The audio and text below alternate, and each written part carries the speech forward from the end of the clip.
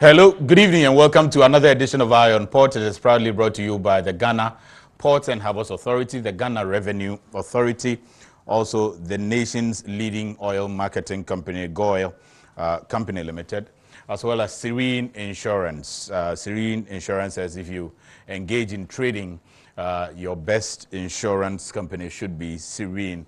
The media partner is the Business and Financial Times. So the Thursday edition of the Business and Financial Times, you should read virtually everything that transpires on this platform. They also bring you the schedules of the vessels that bring the cargo that you're expecting into this country in that newspaper. Tomorrow at 8:30 p.m. on GH1, you should watch our bridge version of what will transpire here. Also on Ghana Television on Wednesday at 8:30 p.m.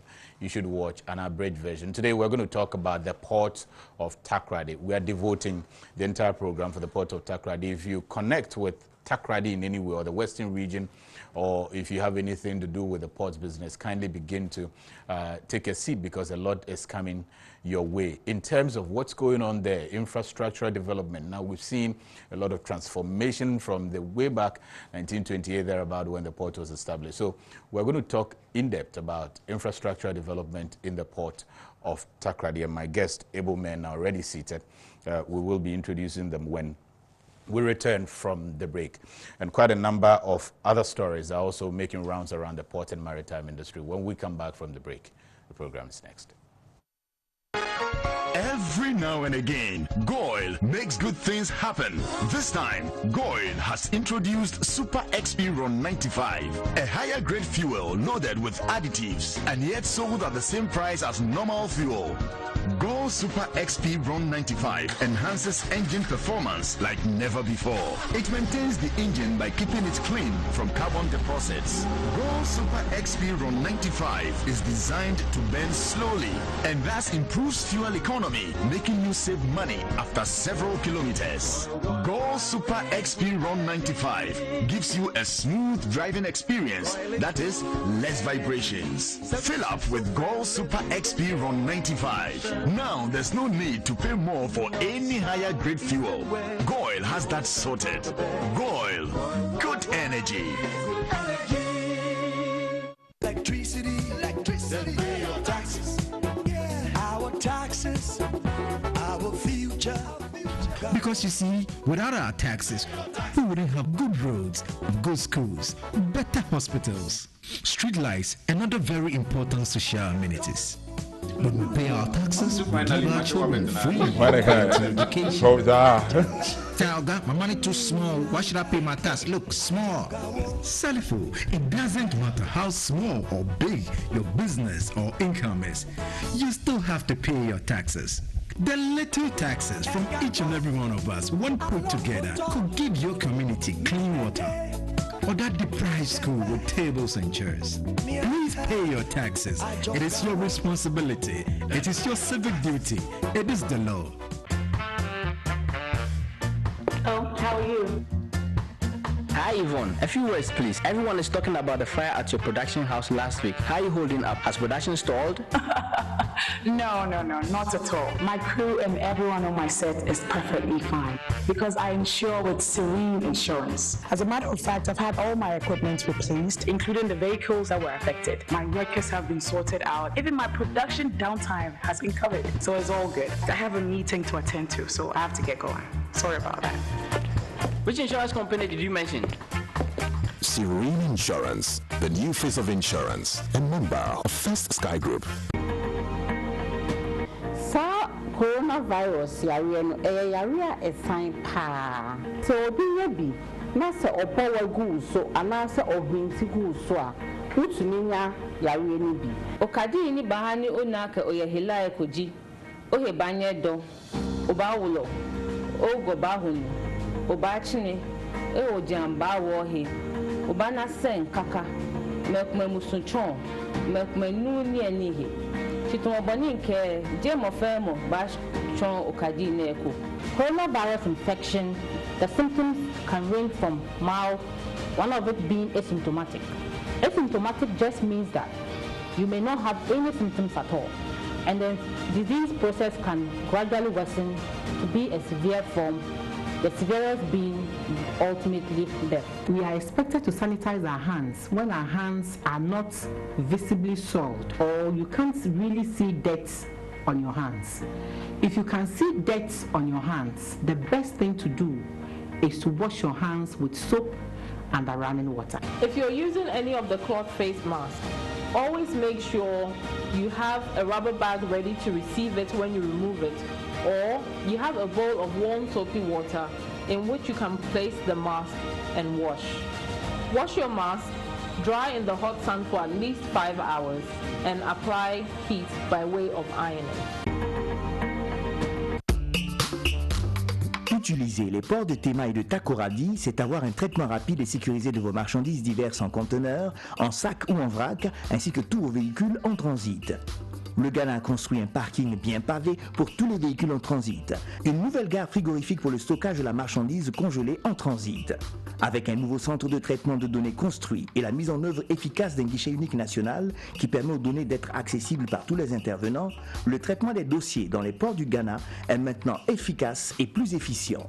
Utiliser les ports du Ghana, c'est profiter des systèmes de portes électroniques et d'exploitation des terminaux ainsi que de la réservation des navires en ligne, entraînant ainsi un parc de camions fiables pour un acheminement de vos marchandises dans les brefs délais avec un suivi satellitaire jusqu'à nos frontières. Les femmes, à vous les honneurs.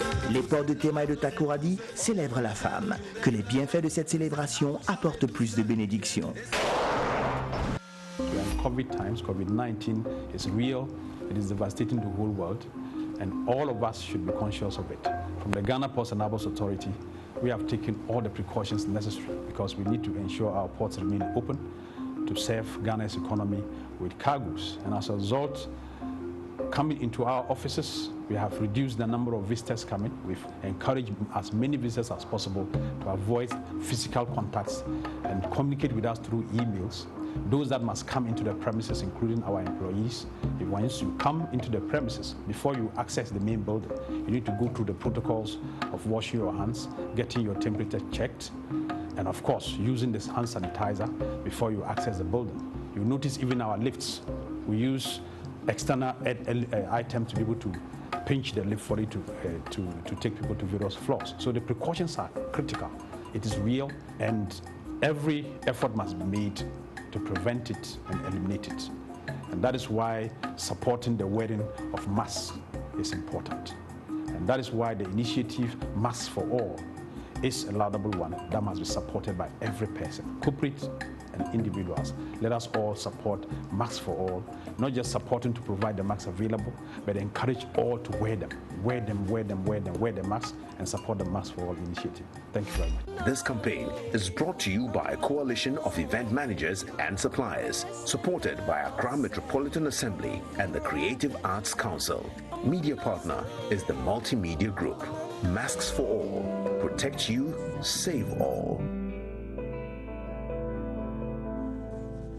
Welcome back to the program. It's Ion Port, and we are discussing we're going to talk about highlighting some of the infrastructure development of the port of Techra. But in the meantime, quite a number of infrastructure development are also going on around the port of Tema as well. And the staff union, that's the Ghana Ports and Harbours Authority staff union, have taken it upon themselves to visit some of these infrastructures that have been put together by the Port Authority, as well as those that are already working, to familiarize themselves with it and to see how progressively they are working. Let's take a listen to that. Of the Ghana Ports and Harbours Authority from both the Port of TAKORADI and Tema have visited the International Maritime Hospital to familiarize themselves with progress of service delivery at the hospital, which is one of the business units of GPHA. The International Maritime Hospital is a subsidiary of the Ghana Ports and Harbours Authority, which is a 130-bed ultra-modern tertiary hospital with state-of-the-art medical facilities located in Community 3, Tema, Ghana.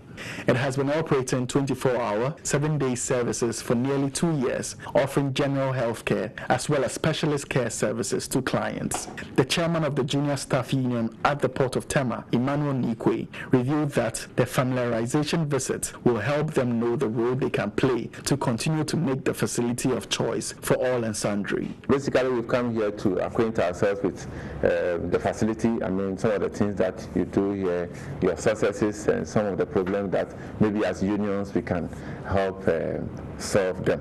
The Chief Executive Officer of the International Maritime Hospital, in an engagement with leadership of the Workers' Union, said IMAH has been working tirelessly to position itself to serve the West African sub-region with quality care services. Reach out to the West African sub-region to offer some unique services that may not be available elsewhere in the country. Dr. Opon disclosed that the International Maritime Hospital is well advanced in preparations to finally conduct COVID-19 tests and revealed that the world-class dialysis unit as well as the conducive mortuary facility continue to receive great patronage. And now you have about 50 clients who come in to do dialysis. So they come in there, get hooked to the machine for about 3 to 4 hours, and then when they are done, another set will also come. The leadership of the Workers' Union sought for continuous collaboration between management of the hospital and staff to sustain the high standards set by the hospital.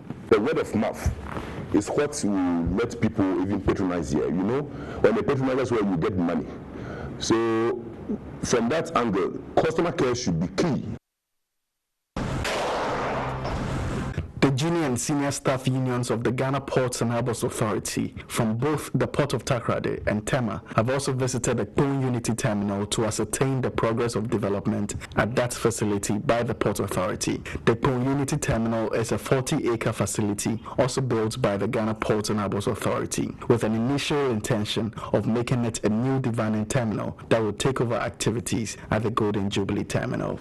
The KPONE Unity Terminal, approximately 7 kilometers from the TEMA port, is envisaged to be soon completed to boost decongestion of the TEMA port from large volumes of import cargo coming through the port. A senior project officer at GPHA, Engineer Ebo Ayamga Akuregu, revealed that the KPONE terminal project is 97% complete. The percentage of work that is completed is 97%. 97%. So it means that left with 3% to be completed. He revealed that with the borders currently opened for human traffic through the airport, a crew from South Africa is expected to arrive and ensure the completion of the project. Each item that we imported, and because of the COVID, they are still not able to arrive. I think the smoke curtains, Stephen, you can help me with that. Yes, we have a crew from South Africa that has to come into Ghana, so we're waiting for the border to open up. The senior staff union chairman of TEMA Port, Henry Kuvi, appreciated the efforts by the engineers to keep the union members abreast with developments at the Unity Terminal and expressed hope that the intended purposes for the terminal is fully realized. So we are pleading that that objective that this place has should be achieved so that a lot of jobs will be created around. He expressed that the commencement of works on the terminal is poised to bring many employment opportunities to Ghanaians as well as revenue to the Port Authority and the nation. So when this place is finally open, youth around this area will also get job to do because it's going to open up business and a lot of business will come here. Okay, so say congratulations to the union. They've done well inspecting and taking a look at all that's happening around the port industry. They're looking at the infrastructure. Again, some solid infrastructure is also coming up at Techra Deport. Very important facility coming up there, and it will be one of those that we'll discuss. But let's listen.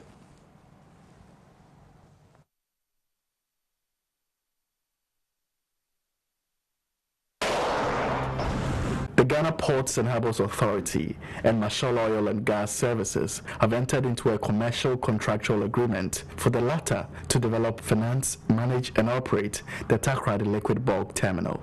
The TAKORADI Liquid Bulk Terminal is a component of the grand plan of the Ghana Ports and Harbours Authority for the expansion of the Port of TAKORADI in the western region of Ghana. The Marshall Oil and Gas Services Limited is a subsidiary of Ibistec Limited, a wholly Ghanaian company who developed the Inland Container Depot, TAKORADI, in TAKORADI, and currently collaborating with GPHA to develop the Atlantic Multipurpose Terminal, also in TAKORADI. The General Manager in charge of Corporate Planning GPHA, Samuel Intokumi, described this event as a significant milestone in the Ghana Ports and Harbours Authority's vision in developing the Port of TAKORADI as the dominant oil and gas services hub in the West African sub-region. He revealed that the construction of the terminal began 2 years ago, and what remains is a provider in oil and gas services, and GPHA has begun talks to partner investors in that specific area. The only outstanding project in TAKORADI now, as far as the master plan development is concerned, is the oil and gas, and the negotiation of that contract is also ongoing. Samuel Intokumi added that with the travel bans due to COVID-19 prevention having been lifted, the project will be finalized and the official commissioning expected on the 15th of September. They were waiting for the lifting of this air travel. Then the consultants who did there's something they call pre-operation inspection and trials. They've done that, but they will come and then they will do the commissioning of the project until on the 15th. The Director of Marshall Oil and Gas Services, Michael Infrafo, said the liquid bulk terminal has been developed with a primary role to accommodate the port's demands to handle oil. The liquid bulk terminal, which he said cost about $56 million, is expected to take vessels of over 50,000 deadweight tonnage. This is a big terminal that will take over 50,000 dead ton weight, and it's going to open up, it's going to take bigger ships that previously couldn't dock. The Director of Marshall Oil and Gas Services said full operations at the liquid bulk terminal is expected to begin the last quarter of this year. Till the COVID, we could have started now. Okay. Yeah, but with the COVID, it delayed for some time, so hopefully we will start by the last quarter of this year. Okay, so that's one heavy infrastructure development that's coming up at the port of TAKORADI. Then quite a number already there. We'll be talking about them today. But let's take a look at TAKORADI. Way back then, around the early 1920s thereabout, and then bring it all the way to the front. Now, some of the images you're about to see, it will amaze you. And then we'll begin to talk about them.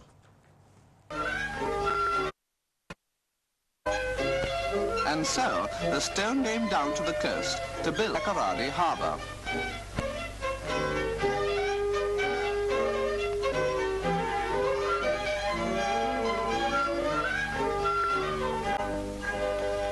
For a long time, it seemed impossible that this wild coastline could ever be turned into a safe port. But the work went steadily forward.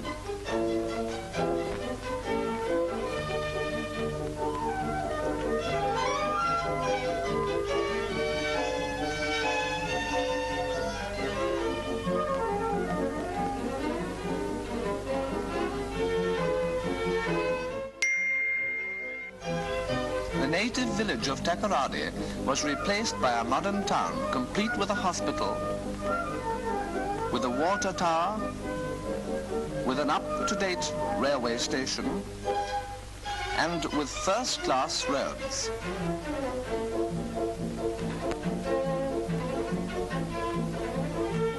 The quays and go-downs were completed, the lights were placed, the long breakwater stretched far out to sea.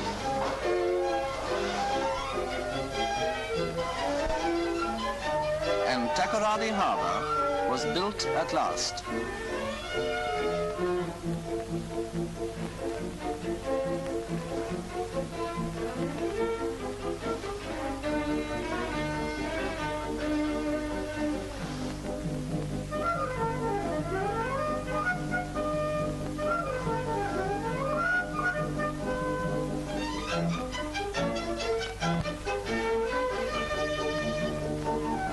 The Atlantic still does its worst, but man has defeated the sea. Now the native farmers work with new hope at the cocoa harvest.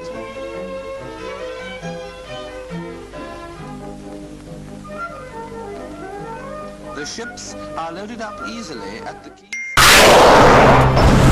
The Techra Deport, opened in 1928, is the first of two major ports in Ghana and situated in the western region of Ghana. In 2014, as part of strategic measures to position the port of TAKORADI to achieve its vision of becoming a world-class port and the dominant oil and gas services hub of West Africa, GPHA's management rolled out a master plan for the port's expansion. Aside making the port a dominant oil and gas services hub, the master plan sought to also develop a container and multi-purpose terminal as well as a bulk cargo terminal.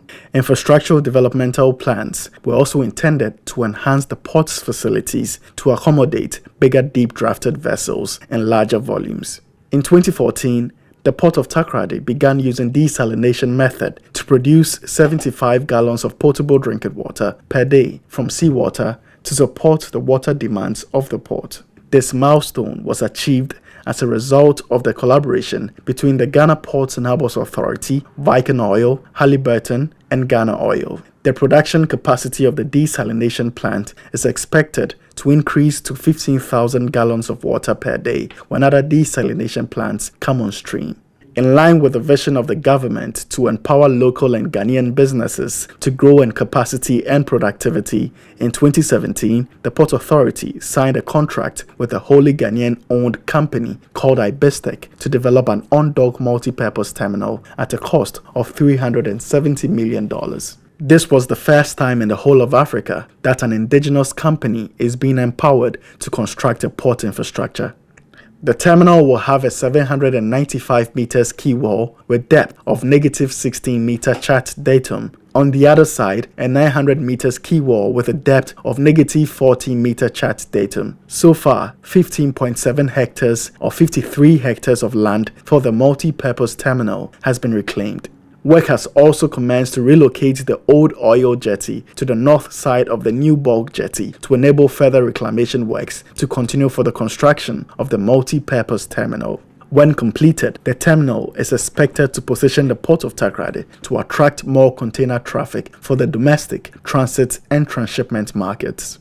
In 2018, the President commissioned TAKOTEL, an ultra-modern inland container depot created out of a concessionary agreement between the Ghana Ports and Harbours Authority and Ibistek Limited. The 78,000 square meter TAKORADI container terminal with 7,500 TEU capacity was finally completed and began operations in April 2017. The terminal, which is about 6 minutes drive from the port of TAKORADI, performs container devaning activities for TAKORADI port. Furthermore, 400 meters out of a proposed 800 meters bulk jetty had been completed before the commencement of 2017. In 2017, additional 200 meters of the bulk jetty was constructed and handed over to the port of TAKORADI by the Belgian contractor for the project, Jean Deneu. This development has now allowed the port of TAKORADI to increase its handling capacity from 40,000 tons to 100,000 tons of cargo, as well as an increase in the size of vessels calling the port from 180 meter length overall to 250 meters. The use of the facility has since paved the way for the importation of clinker in transit to Burkina Faso, a development that never happened in the past. In 2018, about 100,000 metric tons of clinker was handled for Burkina Faso. After a competitive bidding process, Invest of Belgium has been selected to install automated system with a handling capacity of 2,000 metric tons per hour to facilitate loading and offloading operations at the bulk jetty. When completed, the jetty will be the most modern and deepest bulk jetty in West Africa. Belmet 7, a fabrication company located inside the port of TAKORADI in 2018, successfully completed the construction of the widest suction pile ever to be built in Ghana within the span of 2 months. The suction pile is used to anchor a flow line into the seabed to help the oil drilling and exploration at the Jubilee Field by Talu, Ghana. The Park Grants Roundabout New TAKORADI Road was officially commissioned by President Akufo-Addo in 2018 as part of his 3-day tour of the Western region. Members of the New TAKORADI community had for years decried and demonstrated against city authorities over the bad nature of the road. The construction of the road commenced through an arrangement with IBESTEC. The 4-kilometer road has been open to traffic and has a concrete pavement block surfacing covers a distance of about 5 kilometers. Parliament in 2020 approved a 523 million euros credit facility agreement between the government and the German development bank Deutsche Bank to finance the construction of sections of the Western Railway line from Techra Deport to Huni Valley in the Western region. The scope of work comprised the construction of approximately 8 kilometers of standard gauge railway tracks connecting the existing convertible narrow gauge tracks from TAKORADI to the Techra Deport for easy and efficient access for cargo handling. Recently, however, a commercial contractual agreement was signed between the Ghana Ports and Harbours Authority and the Marshall Oil and Gas Services, for the latter a subsidiary of IBESTEC Limited, to finance, develop, manage and operate the TAKORADI liquid bulk terminal. Okay, so obviously a lot is happening at the port of TAKORADI. Unfortunately, we have the HR manager for the port of TAKORADI, my senior and boss and big brother, is in the studio. Mr. Peter Amobidiako is the human resource manager, port of TAKORADI. Pete, assalamu alaikum. Alaikum salam. Oh no, there's one leave it there. More or less, I always say sometimes that when I see you like this, and today is the first time you have come, I might as well even get up for you to continue the program, because for you, come on, good for you, all the advice and all of that you have been giving behind the scene, we appreciate it. But today we're going to talk about your terrain, and we're expecting to get a lot of enlightenment already. We have questions coming in, people trying to know what's going on at Techra Deport. So there are a lot of questions for you. Also, we are privileged to have in the studio the Group Chief Executive Officer for IBESTEC Group. That's the only indigenous Ghanaian company that's putting up some of those infrastructures that we are seeing at the port of TAKORADI. Dr. Felix Nanasaki. Doc, good to have you. Thank you very much. Another senior brother that I've hijacked this evening in the studio. Pleasure to have you here. But thank you. Pero, let me start with you. If you can take it up from where the peace ended, and give us a rough idea what the situation is currently at the port of TAKORADI. We have come far, though.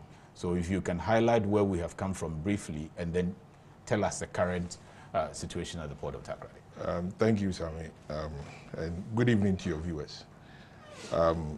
If you see the video from 1920s, and you see currently what is happening, you realize that the port of TAKORADI has come very far. First of all, let me start with the history of how the port came into being and drill down to where we are now. You know, before the advent of TAKORADI port, there were reference ports along the coast of Ghana, starting from Axim way down to Kita. We had Axim, TAKORADI, Sekendi, we had Winneba, Accra, then Kita. And in 1929, what was happening is that when the vessels came to the port, to Ghana, they will anchor about 5-6 nautical miles away from the coastline of Ghana, and surf boats and lighters were used to cut the cargo to the hinterland.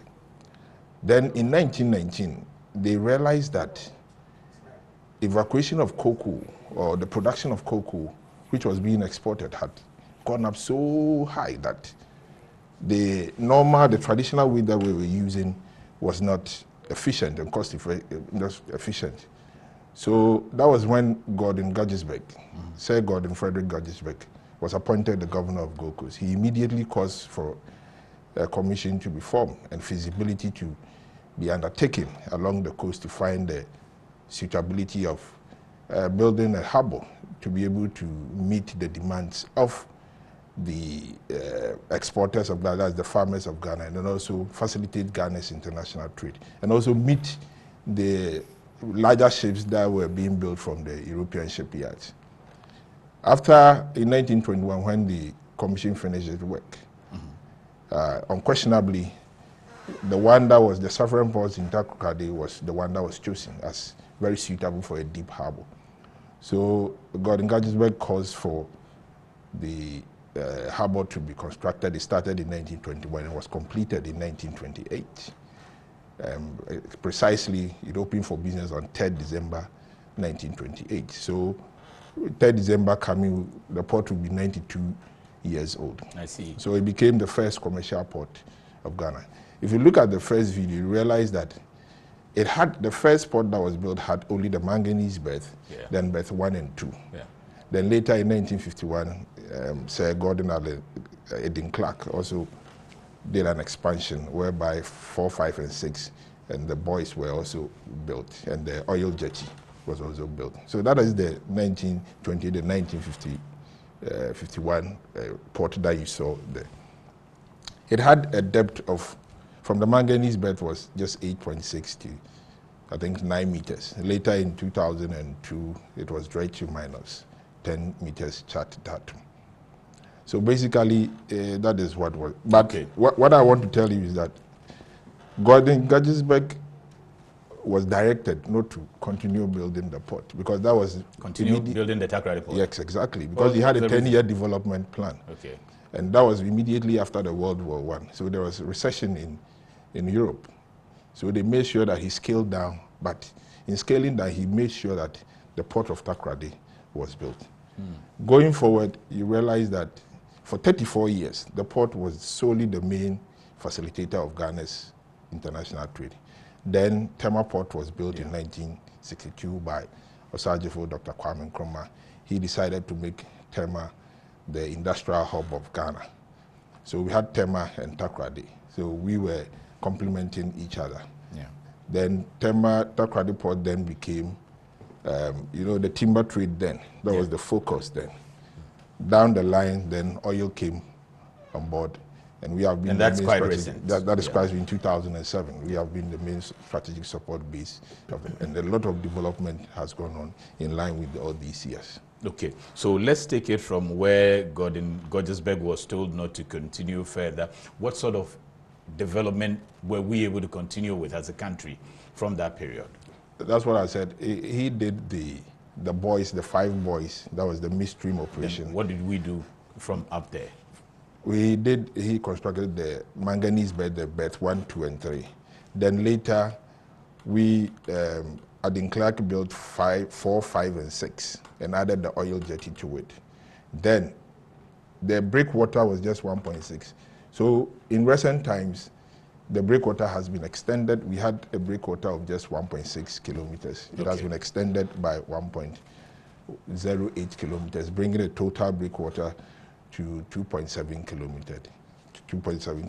Currently, yes, that's what we have. Yeah. And so, with all these infrastructure that we have seen over the period coming up, to what extent has it contributed to the region, the Western region first of all, and then to the country as well? In the piece that we listened to, we heard about the desalination plant. We heard about quite a number of things. Now, how has that helped the community where the port is located, and then the country as a whole? The port is a key strategic economic enabler in every economy. It helps in the employment of people. If you realize that being an economic enabler, there are companies that come into the enclave.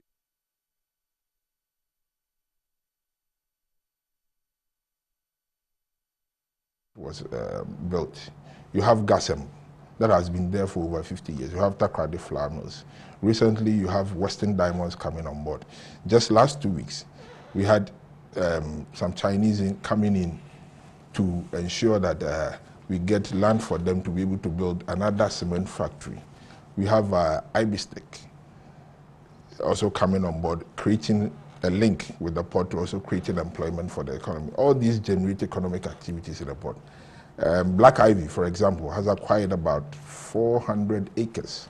That's about 25 kilometers away from the port, with the sole aim of creating a free zone whereby companies will come in, bring in goods to be assembled in Ghana, and later shipped throughout the world. So the port has become an economic and creating employment for the youth of the TAKORADI metropolis, and also generating revenue for government.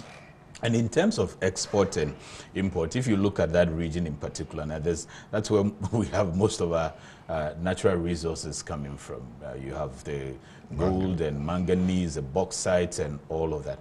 How has the port, how instrumental has the port been in ensuring proper trade when it comes to these natural resources that we have? A lot. I call TAKORADI Port the silent giant. The silent what? Giant. Like the way I call you the gentle giant. I told you earlier on, for 34 years, it was the sole facilitator of Ghana's international trade. Then Techra came on board. Our country is very import dependent. Yeah. So a lot of imports go through Techra. But on the other side, you realize that TAKORADI Port has been handling Ghana's exports all over for the 92 years. Majority of Ghana's exports. I'll give you last year, for example, we handled about 10.3 million metric tons of cargo. And that represented about 38% of Ghana's seaborne export. No, Ghana's seaborne traffic, 38%. If you add that of Techra and TAKORADI. General traffic. General traffic. I see. But if you break it down, you realize that out of it, 75% was exports. Okay. So the port of TAKORADI handles largely 75% of exports. And we handle about 17% of imports, seaborne imports. So there are people who sometimes ask, because of the time that the timber was so much being exported through the port, everybody thought that TAKORADI Port is only for export. No, it is a commercial port. It's just that we handle more exports. And these are made up of bauxite and manganese. Yes. Okay. And a lot of imports do also come through. But how vibrant is the import there? It is growing. I must say it is growing. That's 17 thereabout percent. 17%. Okay. I think about 2 years ago, it jumped to 25%. Then it has dropped back to 17%. The truth of the matter is, if you look at our capacity, as at then, we didn't have the capacity to be able to handle. Most of the imports coming in are containerized. If you do the statistics between TAKORADI and Techra, you realize that for so many years, the port of TAKORADI has been handling just 5% of Ghana's container traffic, and which is solely imports.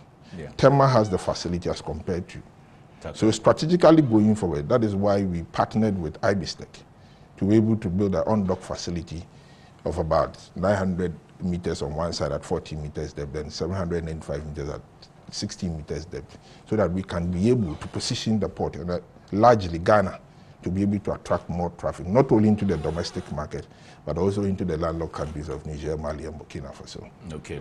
I think that you have rightly introduced IBISTEC into the picture, and at this point, it would be proper to bring Doc in. Yeah. Doc, your company happens to be the only indigenous Ghanaian or Ghanaian-owned company that's into building of these infrastructures, port infrastructures. Where did the dream and where did the motivation come from? And why did you choose that area, though? Good. Sammy, thank you very much for this. I think it's the vision of the founders of IBISTEC. IBISTEC was actually created by two friends, Nanaya Abwahine and Erica Kofi. And their vision was to venture into areas that were the preserve of the multinational companies. And basically, what they were looking at is, why do we allow external parties to do all of these things with the understanding that local capacity cannot develop these things? So that's where the vision came from. And somewhere in 2017, they decided to go through a major restructuring of IBISTEC to bring in capacity. And that's when most of us as professionals joined IBISTEC, and we've been able to carry it to where we are today. So that is the beginning of the whole vision. And I'm sure that before you got into it or you ventured into it, you may have heard the enormity or the capital intensiveness of that area. In spite of all of that, you took the risk to get in there. You haven't seen any Ghanaian done that before, the risk of surviving and not being able to survive. How did all of that, how were you able to process all of that before getting in there? Right, Sammy. I think basically what has happened over the period is we've done a lot of research and reviews of the port industry itself. And we have a lot of dossier on Okay. how these things have fashioned out Okay. up to this time. Okay. So we basically came up with our risk matrix, and we ticked off where we have the capacity, where we don't have the capacity, and all of that. Okay. And that is what has driven the whole business up to the point you are seeing it. Yeah. So yes, there's risk involved, but we believe that we've neutralized most of the risk because we have the capacity to manage that. I see. And the choice of TAKORADI as well. What's your observation of the TAKORADI environment, or the port of TAKORADI environment, what the port has been doing so far, and in terms of your assessment, how potent is that area? Right. As part of the reviews we did, we've come to the realization, and I think Peter has alluded to that, that it is just because TAKORADI didn't have capacity. Yeah. That is what created the challenges in TAKORADI. And that is what we are trying to fix now in TAKORADI. To create the capacity? To create the capacity, Okay. yes. And it's basically to do with efficiency, the depth of the berth, and all those things. And we are trying to take out all those shortcomings in the TAKORADI port to make it more competitive, just like any of the top ports in Africa today. And so far, what are some of the infrastructures that you have been able to put together? Right. Those probably that are already in place, and those you are hoping to have. Right. So IBISTEC is involved in 3 major projects in TAKORADI. The first one is the ICD, the TAKOTEL project, which you gladly showed everything on. And that one is to take out the shortage of space in the Harbor Basin. And that created a lot of challenges for importers. So people preferred to ship their goods through Tema. With all the ICDs scattered around Tema. It was much, much easier to go through Tema to clear your goods, and it was faster, easier, and cheaper eventually for people. So we tried to correct that by creating that company that we call TAKOTEL. So TAKOTEL has an investment of about $70 million. Wow. And that project has been fully completed, and it's operational as we speak. It has a space that can take about 7,500 TEUs at a time. I see. And it's sitting on about 26 hectare land.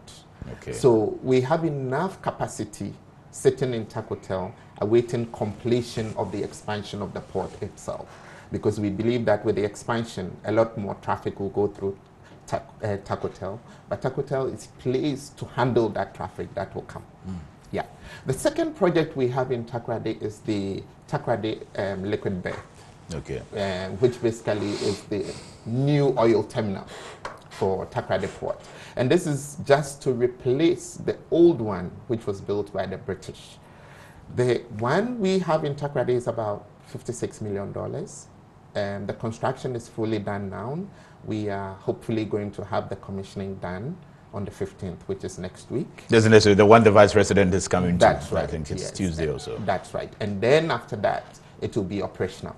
Okay. And we believe that it's going to be very efficient, about 4 times the efficiency levels of the existing terminal in TAKORADI. How much is involved in that you mentioned? $56 million. 56 million. Yes. And the TAKOTEL was about 70 million thereabout. And then any other project? And then the third project is the major one. That is the development of the container multipurpose terminal. Yeah. The Atlantis terminal. Right? The Atlantic terminal, yes. And that in total is about $375 million. I see. And we have divided that project into 2, phase 1 and phase 2. Phase 1 is about $210 million. Funding has been secured, and it's in progress as we speak. It's due for completion and handing over and commissioning by next year, September. So those are the 3 major projects. 2021 September. You should be commissioning the Atlantic terminal at the port of TAKORADI. Yes. Beautiful. And we are doing a 600-meter quay with -16 chat datum for the initial phase 1, with an operational area of about 15 hectares. Okay. So that is huge. And by the time we finish with phase 2, we'll be talking about 62 hectares for operations in TAKORADI Harbour. And these are heavy projects. And as you talk, I look at you, and it's obvious that you are playing with a lot of numbers and in millions. Aladi, Yes. Did you hear the numbers? Yes. Some around $400 million. You've got projects that are about 70 million and 60 million and all of that, all these coming in. But where's the capital coming from? Where's the funding? How do you get support? How have you funded all these projects that we are seeing, that you are spearheading there? Yeah, I think that is the beauty and the indigeneity of IBISTEC. We are able to attract lots of funding to support our projects. And we do it both internally and externally. So TAKOTEL was supported, the debt portion of TAKOTEL was supported by a local bank, and that is Bank Ghana Limited. They supported IBISTEC to build TAKOTEL.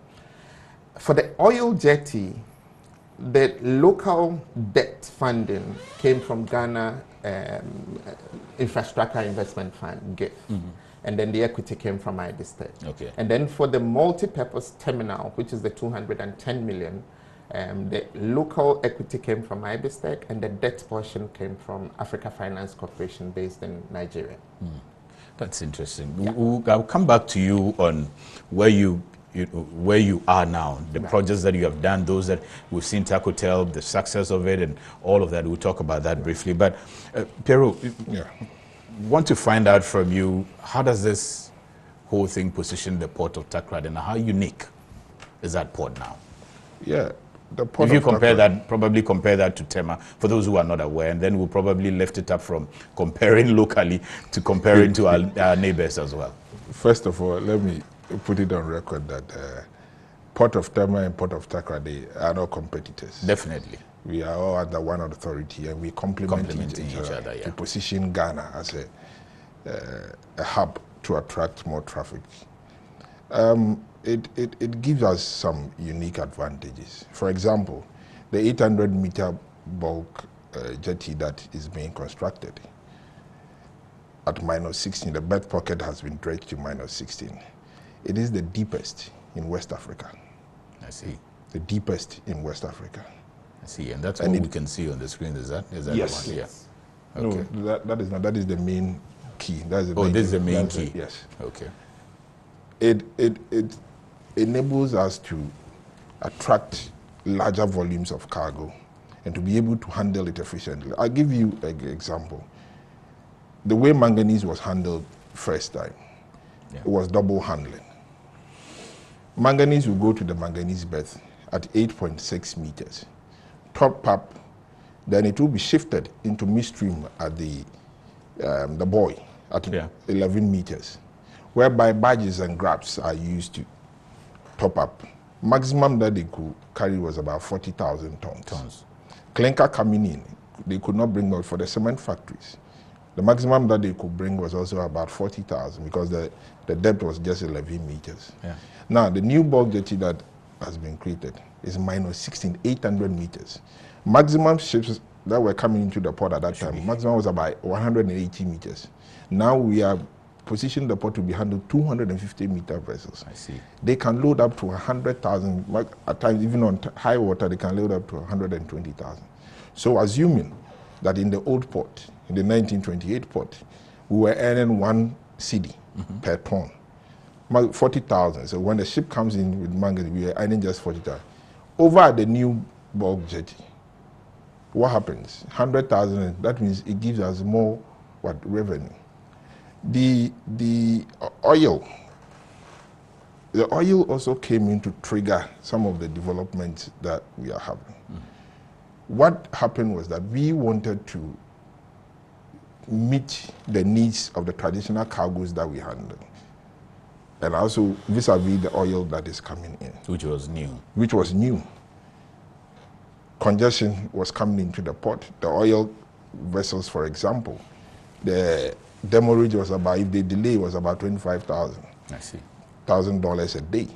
A rig was costing about minimum $1 million a day. So $1 million a day? Yes, $1 million a day.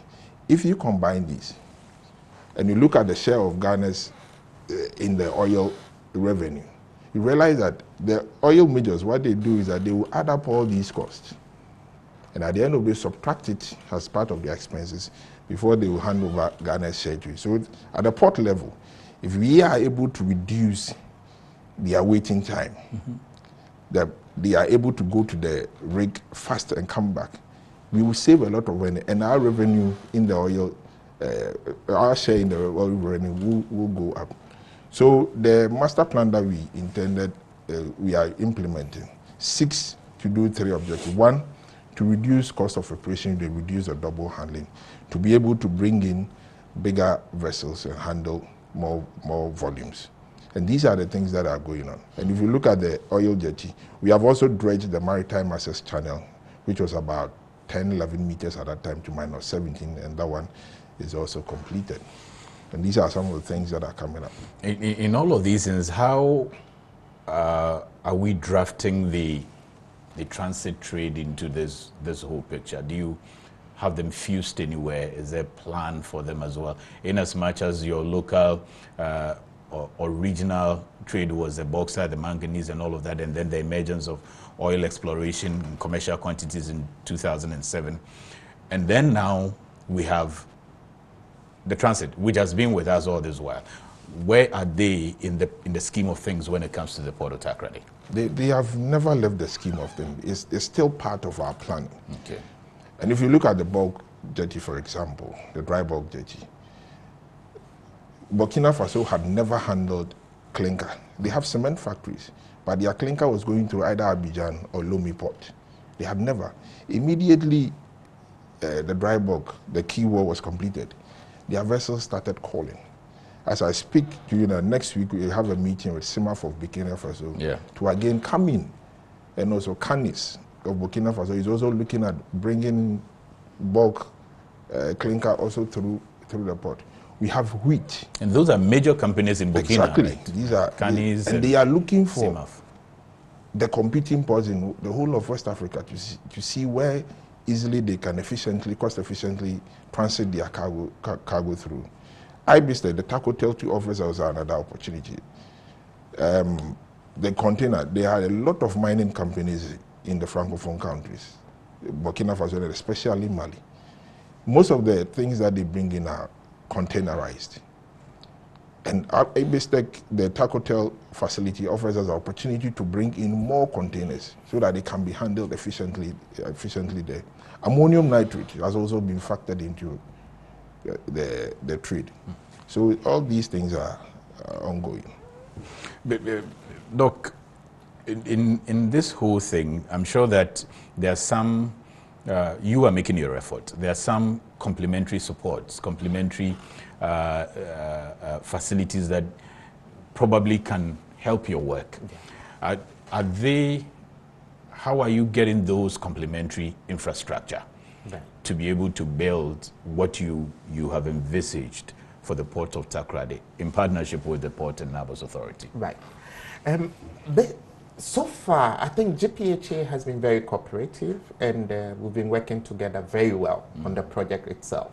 But in terms of the ancillaries, as Peter is saying, once we want to target the landlocked countries, we need to improve the facilitation of their goods from the ports, whether it's by road, rail, whatever it is. That is where we will need support from the government, for instance, so that we can improve the road traffic, the road connectivity from TAKORADI through Kumasi to the north, because it's faster to go through TAKORADI, to be honest with you. To the north.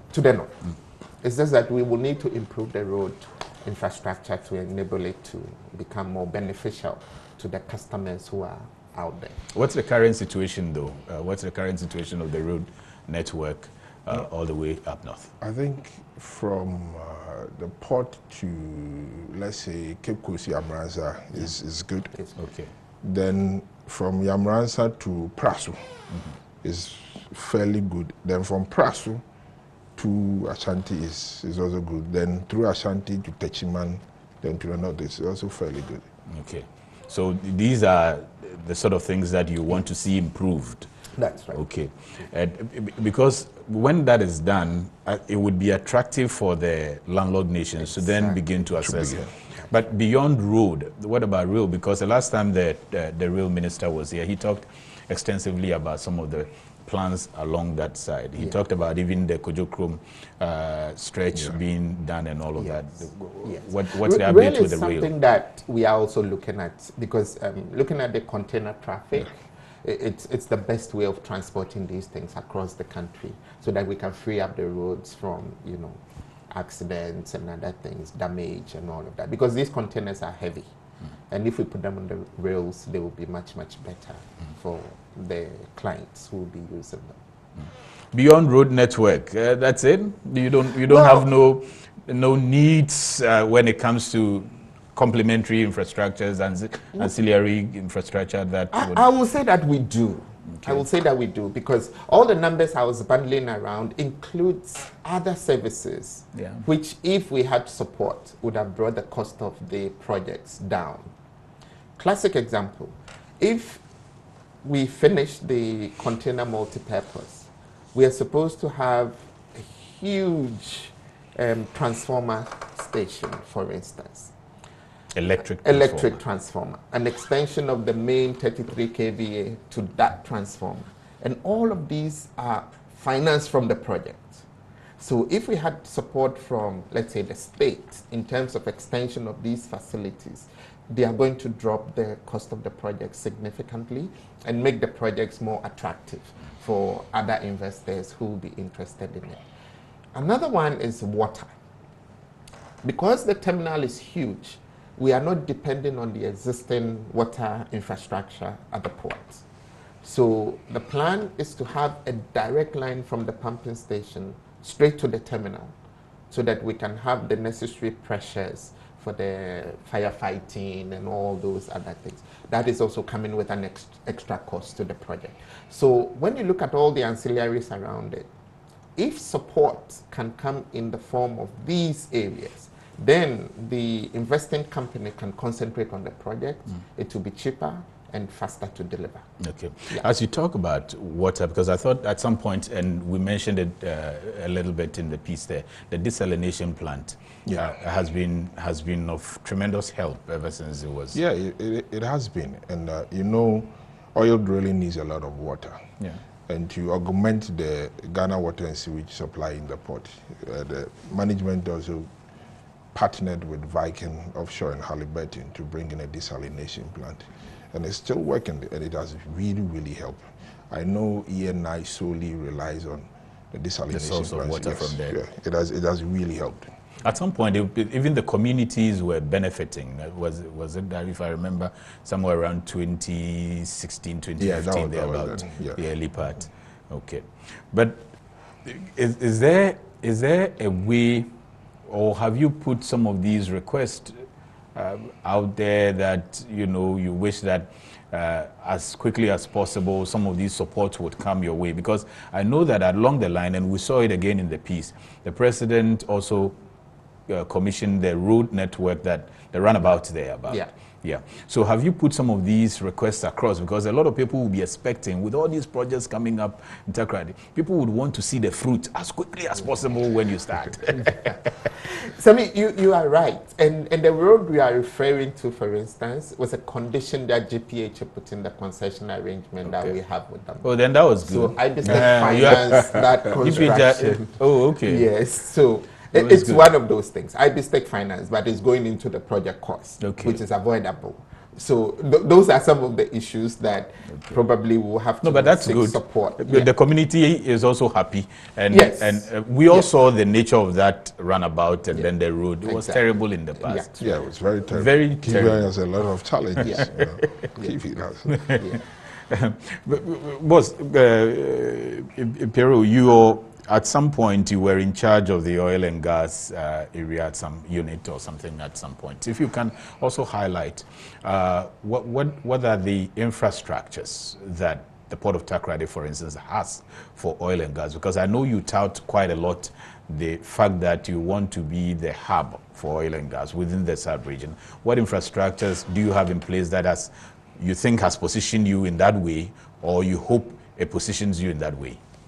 Let me first tell you our vision. Our vision is to be a first-class port, a dominant oil and gas services hub in the sub-region. And in line with that, you remember that oil was discovered in 2007, and that was our serendipity. It really helped us a lot. We did not know, all of a sudden it came out of the blue. But like I said earlier on, to be able to meet the demanding needs of the oil, vis-a-vis the traditional, there were certain strategic measures that we needed to be done. And this called for us to give certain spaces in the port to the oil majors to be able to put their logistics and also handle the oil and gas logistics through the port. By virtue of our proximity to the oil base, we have become the main strategic support body. So what we did first, the key thing that we did was the desalination plant that came on board. The next thing that we did was to also lease spaces to some of the oil majors. And if you come to the vault, you see FMC Technique. You have a company which was Subsea 7, which has now become Belmed 7. And that company has been a driver in the industry. They are fabricating gas manifolds and suction piles in the port, things that could have been done in Aberdeen, Malaysia, or Indonesia, or Singapore. Those suction piles? Exactly, are now being fabricated in the port. In the port of Techra? In the port of Techra. Testing, I think we used GE. I think General Electric. General Electric was also, we leased them about 10,000 square meters of land. And they are using it to test the Christmas trees that are used under the sea for the oil production. Okay, so it's their facility that's when you enter the port, I think on the left side they have a shed. FMC Technique is also there. Another, we also give them, they are also doing similar job as GE. Springfield, the new Ghanaian oil guy on the block, has also been given space in the port. You have 3 IMAHs. Also, we have Intertech, the laboratory, also in the port. And so these are some of the things. Batch freight, for example, supporting the oil industry, has been leased about 31,000 square meters. Wow. So in line with all this, that is why in looking out, ABSTEC also came in. We leverage our capacity or our space in the port so that the divining activity that we used to do in the port will now go outside the port. Then the oil and gas will be stationed in the port. You know, the oil and gas is very, very expensive, so their proximity to the oil. And without the support of TAKORADI Port, we all know that Abijah is very closer to our oil fields. Yeah. It would have been easily, all the works would have easily been moved to Abijah. And now they're expanding huge. Expanding. Yeah. We are also expanding. Yeah. We are also expanding. So had it not been TAKORADI Port, the work of the oil in the Ghana would have lost. GPHA would have lost. Government would have lost. All these works, about 85% of them would have gone to Abijah Port. So TAKORADI Port stood in to make sure that the oil industry, Ghanaians also are employed in the oil industry and participate in the oil industry. Because some of these suction piles that you talk about, at some point, or ordinarily, we were supposed to be even importing taking them from South Africa. That would have cost us a lot of money. Yeah. You go and fabricate there. South Africa, high ship vessels come in with the freight charges and all, you just name it. But over here, it is fabricated, just loaded onto the vessel straight to the oil field. And it has saved a lot of money. Okay, so quite a number, some questions have come in for you, and I see the WhatsApp lines are being called, but I won't, please, I will just let you know the WhatsApp line. The WhatsApp line, I always have to repeat this, but I'll do it again. WhatsApp line is 055-901-9177. That's the number that you should WhatsApp on. It's not the number that you should call, so I see that coming up a lot. 055-901-9177. It's on your screens. The number that you can call, and at this point you can, is 020-552-8353. 020-552-8353 is the number that you can call. And Piero, there's some a text stuff for you already. He says, real quick, let me just read it verbatim. It says, TAKORADI Port. Is this quickly? Okay. Let me pick it from myself. It says, okay, why does it seem that Tema Ports is getting all the attention and not much is heard from TAKORADI Port when it comes to imports and all of that. Do you do a lot of import? For instance, if I have a car and I am bringing it into Ghana and I live around the central region, can I use the TAKORADI Port, Joseph? Yes, you can use the TAKORADI Port. Like I said earlier, I think TAKORADI was 1928. Tema was 1962. Whatever Tema knows, TAKORADI Port taught them. And this is something that I... penny to penny. Penny to penny. But the truth of the matter, you know, the raw material of every port is industries. And like I said, in 1962, when it was built, Osagyefo decided to make Tema Port the industrial hub of Ghana. So a lot of the import, since we are import dependent, comes through Tema Port. That is why it looks like it is always import. Yeah. So everybody thinks that, oh, it is Tema. But like I said, the silent giant is also there, also doing the export by handling about 75% of Ghana's export. And to be able to, we didn't have the capacity. That is why IBISTEC has been brought in. So that, because if you look at most imports, they are all containerized now. And since we didn't have the capacity, we are partnering with IBISTEC to bring the multipurpose terminal on dock. But just a comment on the vehicles, because he was specific on that. Currently, a lot more people are using TAKORADI for importation of vehicles. And TAKOTEL systems are set up that within 12 hours, you can clear your goods from TAKOTEL. Within 12 hours? Within 12 hours. So it is something that everybody should start considering using TAKORADI for some of these things. No, I want you to, within 12 hours, yes. What are you saying? If the car arrives in Ghana, say today, right. Or say Sunday, so by close of tomorrow, I should get my car out of You should, because we have an arrangement with GPHA that immediately the container arrives at the port, they are transported immediately to TAKOTEL. Once they check into the TAKOTEL system, it's a paperless system. So you go to just one officer and then they give you the invoice. Once you pay, customs clears it, and within some few hours, you are good to drive your car off the terminal. So to add to what Doctor said, I think it can even be done less than 12 hours. Exactly. But the challenge that we have is that, you know, the systems have been set up in such a way that clearance of cargo can even begin before even the vessel arrives in Ghana. But us, what we do, or the importers, what we do is that we will keep our bill of lading, wait till the vessel arrives, the cargo, the container has been offloaded and stored, then he will start forwarding the documents to the clearing agent. And that is where the challenge is. But once you pay your freight duties and you are given the bill of lading, you forward it to your nominated agent. And all these processes, once the cargo is offloaded, immediately duties are paid and whatever, you can clear your cargo less than 12 hours. Interesting. Yeah. Is it like that with the general goods as well? Or it is the same. Everything. It is the same. Everything. Okay. But you know, we are like, we want to see that the vessel has come. This is my container. Before I start the process. Before I start the process.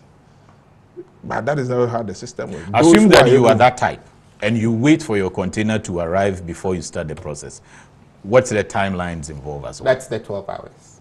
But if you start early, as Peter you can even clear out before that, the 12 hours. Because before the container arrives at the terminal, you would have gone through most of the processes already. So it's just the assessment and the payment, and then you are good to go. Yeah.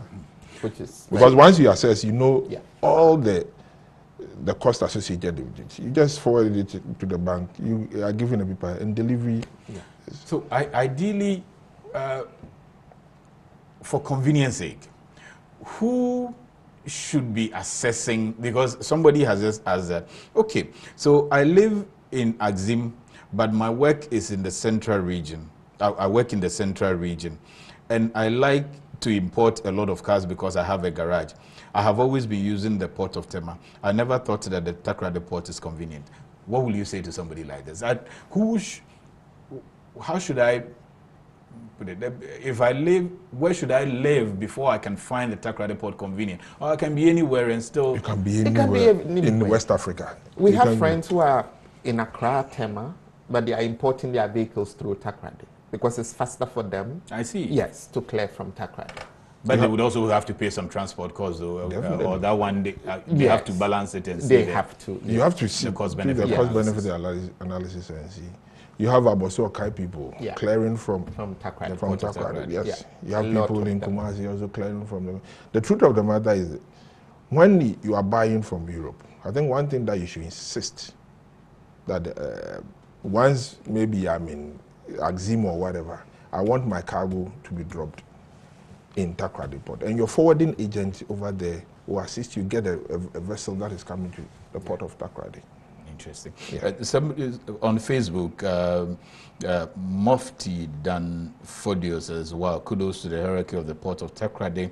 There's a lot going on we didn't know. Marvelous work. Ghana Port Services indeed save a lot. Hard is prolific leaders. Okay. This is Muftao from Tamale Central. Says, continue to do the good work at the port of TAKORADI. Okay, so you can continue to send the messages. We'll attempt to read them and share them with the rest of the world. The number you can WhatsApp is 055-901-9177. The number that you can call at this point in time is 020-552-8353. Peru, apart from IBISTEC, what are some of the other companies that you have been working with? You've mentioned the 7 Seas and those people. Are there any indigenous Ghanaian companies in there? And those that you've been working with, to what extent do you see the relationship growing to make the port of TAKORADI the way you want to see it in the future? We have quite a number of few indigenous companies that we are dealing with. We have Goyle, for example. Goyle has constructed 4 tank farms in the port with a capacity each of 4.5 million liters. I see. Bringing it to about 13.5 million liters to do bunkering services for the oil and gas industry. We have company Batchfridge. Batchfridge is a local indigenous companies. We have also, as I said earlier on, giving them space of 31,000 square meters. And if you come into the port now, they have a quayside area of about 4,000, and that is used to support the ENI project. Solely, if you come there, that is basically used to support. Inside the port, they have a facility, a warehouse facility, that is going to be used to support the oil and gas industry. So these are some of the local indigenous companies. Let's take Goyle, for instance. That's one major country that the company that this country is proud of. What does it take a company to be able to come to the fore, like IBISTEC has done, Goyle has done, to partner with the port and do engage in some of these heavy infrastructure projects that you have around the port? The truth of the matter is that, because that's a question that's come from somebody. Says, what can I learn from IBISTEC? Going forward, the management of the authority has decided to expand the port with the private sector, and that is something that we have done. Okay. IBISTEC is an example, Goyle is an example, Batchfridge is an example. All they have to do is write a proposal to the port level or our Director General. This is what we want to do. We will sit down at headquarters at the port level, demonstrate your strength. We have a company now that has written a proposal to the port to construct a terminal for LPG. I think he's investing about, if my memory serves me, about $40 million. And it is being discussed to ensure that this thing comes on stream. So all you need to do is write a proposal to the port level or the Director General. Then the proposal, you will be called to demonstrate your strength. And we will see how best we can help. Because at the end of the day, we also want to expand the port. But efficiently so. Efficiently so. We will not accept anybody. Come demonstrate yourself. Like IBISTEC has done, like Batchfridge has done, like Goyle has done. Yeah. And as you talk about Goyle, and we can see some of the tanks on the screen, they move, so they also have some tanks towards the naval base. The naval. About 3 tanks towards the naval. And I know that you also have some plans. There's a future plan of a sort. There's an executive instrument that was ascended to by the president. Yes. That's supposed to extend the port all the way to the naval base area there. enlighten us on that plan. Yes, I think last year in May, the president signed an executive instrument and designating the port level that's from the new TAKORADI area to the naval base, a stretch of about 10 kilometers as a port zone. This means that the area can be developed into a port to support the development of the country. Yeah.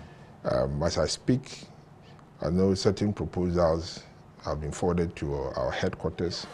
The engineering team is evaluating it, and very soon something will come out of it. Okay. It is supposed to be developed into a petrochemical enclave, industrial hub. It's huge, and others. Okay. As we will pick a few calls, but the messages are also quite a lot. There's one for you, but let me take the one to Piero quickly. It says, good evening. Osman, many thanks to Mr. Peter Amubediakon for recognizing fabricators and welders in Ghana for our capability and abilities. At least we know now that someone in authority know we are doing a good job. That is Osman. Osman. So this one says, what are some of the major benefits of transit usage to the TAKORADI port for inland countries in comparison to the port of Abijah? That's coming from Kojo in Accra. For transit, there are a lot of advantages. One, we offer quick turnaround time for both cargo and vessels. Our customer service is excellent. In TAKORADI, in times of operational challenges, it is easy to have access to decision makers, so everything is very, very, very quick. The shortest route to the hinterland, our corridor is safe. And that one, if I say our corridor, the Ghanaian corridor, in comparison to the other corridors, is the safest in the, our corridor is the safest. I mean, the hinterland to the north is the safest. And the top port of TAKORADI, I dare say, is the safest port in the sub-region. I see. Yeah. The safest? Yeah. There is no port in the sub-region that you can do an STS operation at the anchorage. If you come to the port of TAKORADI now, about 4 nautical miles away from the port, we have STS, ship-to-ship operation going on there with manganese because of the safest of the anchorage. In collaboration with the Navy, the Marine Police, the BNI, the National Security, and recently GMA, we have been patrolling our anchorage and make sure that if you speak to some of the ships, they will tell you that when we go to other ports in West Africa, we can't sleep. We have to stand on guard. I don't want to mention names. We have to stand on guard 24/7 from anchorage to berthing. But when we come to TAKORADI, we go into coma. That is where we come and rest because we know that at the end of the day, security is tight. Okay. Doc, somebody is watching us from Belgium, and he has something interesting for you. He's watching on Facebook. It's about jobs, so I'll generalize it and first ask for, to what extent is such a local or indigenous company involved in such a heavyweight, capital-intensive project also employing or take the local content of your industry, of your company, for instance? How is that? It's something that is very dear to IBISTEC, and the indigenous nature of IBISTEC supports that concept. So from all the projects we are doing, let me take the major one, the container multipurpose, for instance. It is only the marine works that we have contracted it out to an external company. Okay. All other things are being done company, by... you mean foreign? Foreign company from Belgium. They are doing the dredging, the reclamation, and all of that, because that is heavy industrial work. Construction, roads, houses, offices, everything is under Ghanaian contractors. I see. And all the employees are basically, in fact, majority of them are Ghanaians, except the technical people that we can't find in Ghana. Okay. That we bring from outside. Okay. Interesting, because he says the textile is also I think he's an MSc student in Belgium also. He Right. says, please inform Dr. Fellas that I have sent my application to be part of Ibistec Company Limited. Expect your brain and to I be have still full. no reply. I graduated at Maritime University, Ghent University in Belgium with MSc in Maritime. So I needed to read it because he's been putting pressure on that. And it's interesting that your other companies, so you could even look at some of your foreign partners and all of that. Right. Yes. Ms. Amvediakonde, there's one also related to Belgium that the fellow wants to ask if Sea Invest, do you have anything to do with Sea Invest bulk terminal becoming operational, if you know about that? I know Sea Invest, there was some discussion with our people, but it has not been completed. Okay. This one says, okay, so there are a few ones. But generally, what's the future plan for the Port of Takoradi? Yeah, the future plan is huge. We've already talked about the executive instrument, and that is what we are looking at. Okay. We are looking at extending the current position to the naval base area. Yes. And that extension, what would it be doing? That's what I talked about, the petrochemical enclave, where we have other companies, other industries coming up on board. We have, I've forgotten the company's name, the one that I talked about, who is ready to invest about 40 million. It's an LPG gas company who is ready to invest. The other thing is that for the bulk jetty, we are entering the second phase. And the second phase includes the bringing up on board the superstructure as essential structures to be able to complete the bulk. We already have the quay wall completed, dredging completed. And this will involve the pavement. Already the contract has been signed, and on the 15th, the Vice President will be coming to the port to cut the sod for the commencement of that second phase. Yes. The pavement, installation of electrical and water supply, firefighting systems, the pavement of the road to link the road that, in partnership with the GPHA, Ibistec constructed. So that is what is coming up. I needed to say something. The new oil jetty. The old oil jetty, for example, was just 120 meters and at a depth of 8.4. The new one is 300 meters with a depth of 14 meters, charted datum. So it's huge, 120 to 300. Then the depth of 8.4 to 14 meters. And the beautiful thing about this is that it is not going to be whereby the vessel comes, then you have to plug it in before the discharge of the MGOs that will come on board. This one, we have 5 arms for the various fuel that will be coming in, and it's automated. Okay. And we also have in plans to bring on board a floating dock, together with the prime Meridian docks. We have a shipyard in TAKORADI Port, with the capacity. The dry dock is the length is about 45 meters, with a capacity of 400 tons, and 3 slipways, with a capacity of 350 tons, with a length of 38 meters. It is not enough to support the oil and gas industry, looking at the future. So what we've done is that we've partnered with the Prime Meridian Docks, a private and indigenous company, to bring in a floating dock way over 200 meters so that we can be able to handle the maintenance of the supply vessels. We have a lot of supply vessels coming in. If you look at our vessel costs, consistently over the last 12, 13 years, our vessel costs to the port have been just 50% of them, more than 50% of them have been the supply vessels.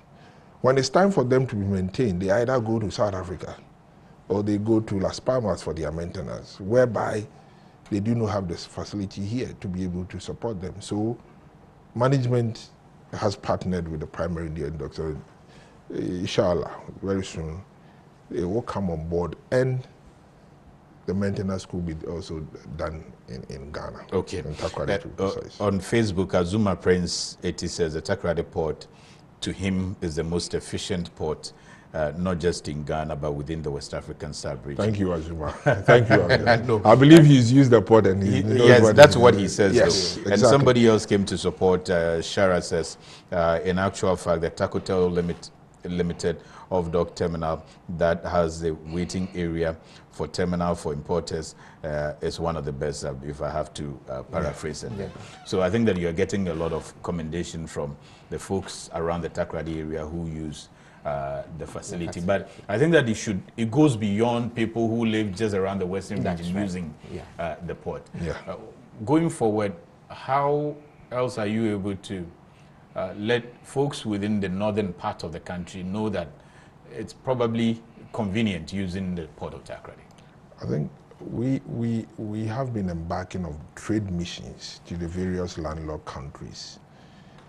Where we go and we meet their Chamber of Commerces, their customs, the Shippers Authority, the Importers and Exporters Associations, whereby we meet them and talk to them. Also listen to some of the challenges so that when we come home, we can correct them. And this is one avenue that we have been using. Okay. Ohima from Tema, one of the ardent viewers of Iron Port and also a very strong, straightforward access. Insightful discussion. Congratulations, TAKORADI Port. Continue the good work.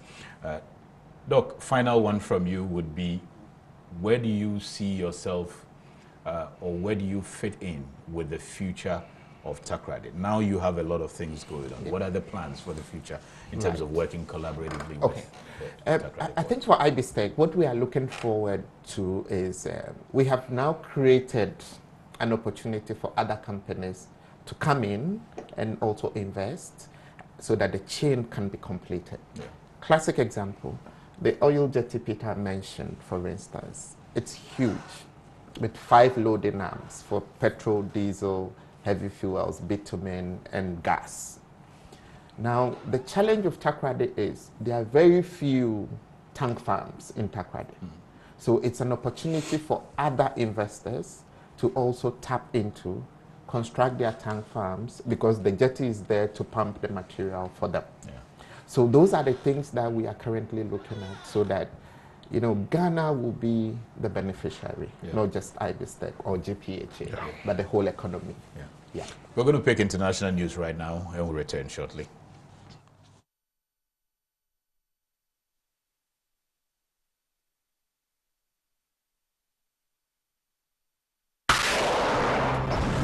A Liberia-flagged reefer vessel has been reportedly attacked by perpetrators of the Nigerian coast, resulting in the kidnapping of 2 crew members. The ship, identified as Water Phoenix, was approached and boarded by an unknown number of persons some 31 nautical miles south-southwest of Lagos on 8th September, Dryad Global said, referring to sources. At the time of the incident, 18 crew members were on board the ship, including 11 Russians and 11 Filipino seafarers. Both kidnapped crew members are believed to be Russian nationals, one of them being the vessel master. It remains unclear whether the perpetrators are still on board the distressed vessel or in the area. The World Shipping Council has raised serious concerns for maritime trade and global efforts to reduce greenhouse gas emissions if the EU expands its emissions trading system to include international shipping. In July, the European Parliament's Environment Committee voted to include carbon dioxide emissions from the maritime sector, and the EU Commission has also voiced support of the plan. This is part of the broader Green Deal discussions within the EU about what regulatory and financial mechanisms will be used to address greenhouse gas emissions from maritime shipping. Hong Kong-based container ship owner and operator Seaspan Corporation, part of Atlas Corporation, has taken delivery of 2 13,000 TEU container ships built in 2010 and 2011.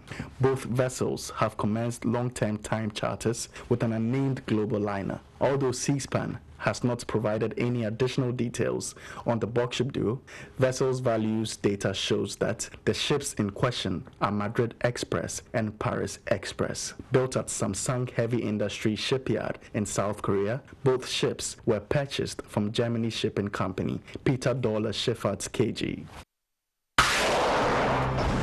IMO Secretary General Kita Klim has stated that some seafarers have now been on board their ships for more than 17 months, exceeding the 11 months limit set out in the Maritime Labour Convention, urging government to act on the crew change crisis. It has been almost 6 months since COVID-19 has been declared a pandemic. The resulting travel restrictions, limited number of flights, and government lockdowns disabling crew changes have created a humanitarian crisis at sea. More than 300,000 seafarers and marine personnel are estimated to be stranded at sea and unable to be repatriated despite the expiry of their contracts. A similar number of seafarers have been unable to join ships and relieve them. Japanese shipping major MOL plans to contribute a total fund of about 1 billion yen, equivalent to $9.4 million, over several years to support the recovery of environmental damage caused by the Wakasho fuel spill in Mauritius. The company, who chartered a ship that ran aground in July and subsequently leaked fuel before breaking apart in August, said it was working with the Japanese government on the relief measures. In cooperation with the Japanese Ministry of Environment, the company will focus on mangrove protection and nurturing by cleaning the mangrove forest system affected by the spill, planting new mangrove trees, and conservation of biodiversity beneath mangrove forests.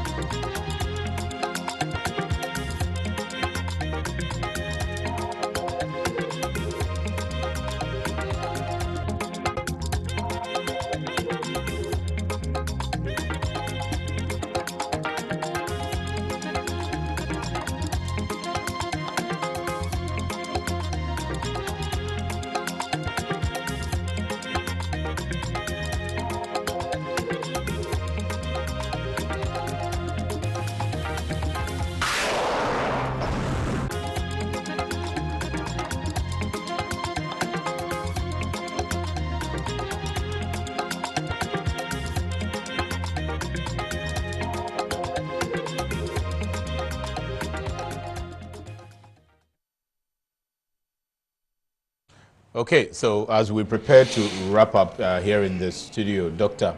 Felix Nanasak is the Group Chief Executive Officer, Ibistra Group, and Mr. Peter Amobediako is the Human Resource Manager of the Port of TAKORADI. Doc, but we can't end without asking about COVID because it's been with us. Or to what extent have you been impacted?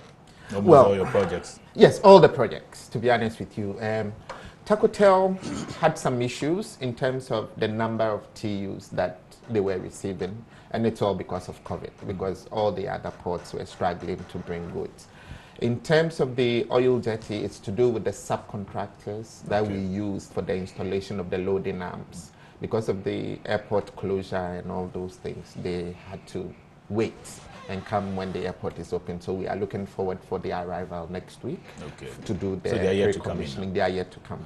And then on the multi-purpose container terminal, the contractors were also struggling to bring in their divers because it was time for them to start placing the key wall blocks under the sea, and you know it's minus 18.5 deep, so they needed experienced and certified divers to be able to do that. And because of the COVID period, that also affected the project for about 5 weeks.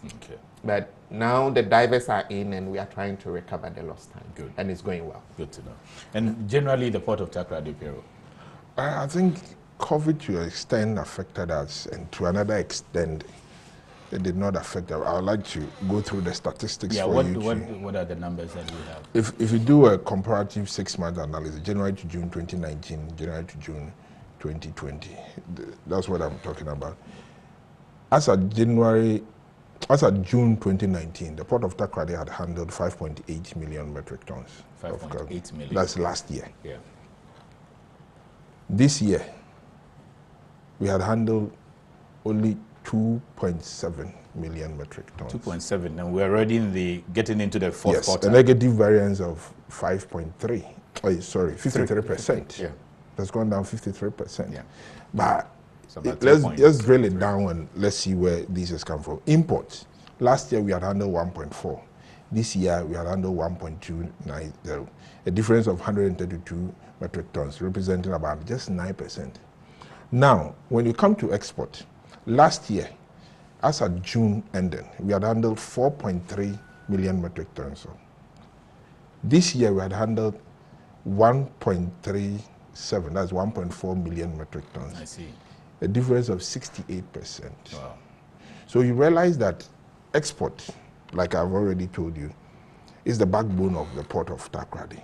Now let's look at the export figures. Our dominant cargo is manganese and bauxite. Bauxite, throughout the COVID, maintained a steady growth. Did not go down very much. It was okay. But manganese suffered a lot. But manganese, I think as of October last year, stopped shipping through the port. As of October last year, they had done 5.8 million metric tons. So the last 2 months, they did not ship. January, February, March, and April of this year, there was no manganese export. And if they were to do the same thing that they did last year, that would have amounted to 2.3 million metric tons. But the whole of the manganese did not go. I see. So you see that the drop was manganese, and that is what affected the port. Okay. But the issue with manganese had nothing to do with COVID. Yeah. Okay. So what was it? You get my point. I think there's a discussions going on with the capping of manganese export through the port, and this is still being discussed. Okay. You understand? And that is what affected for about 6 months period, starting from October last year. Okay. So they started in May. Okay. Yes, May this year they started exporting, and that is where this is coming from. So it is a yes on the other side, but if you look at the commodity generally, whereby if you look at the export alone, we lost 2 point something. Yeah.